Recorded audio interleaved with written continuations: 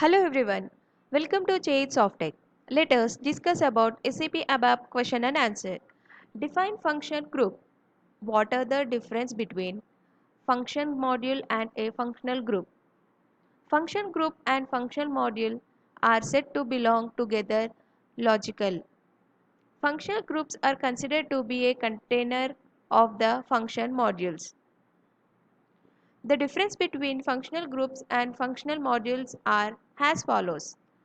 Functional groups need not to be defined in functional module, but the latter one must be defined in function groups.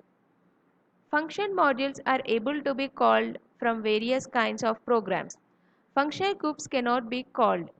Functional groups act as a functional modules containers, but the latter one does not act as a container. Thank you for watching.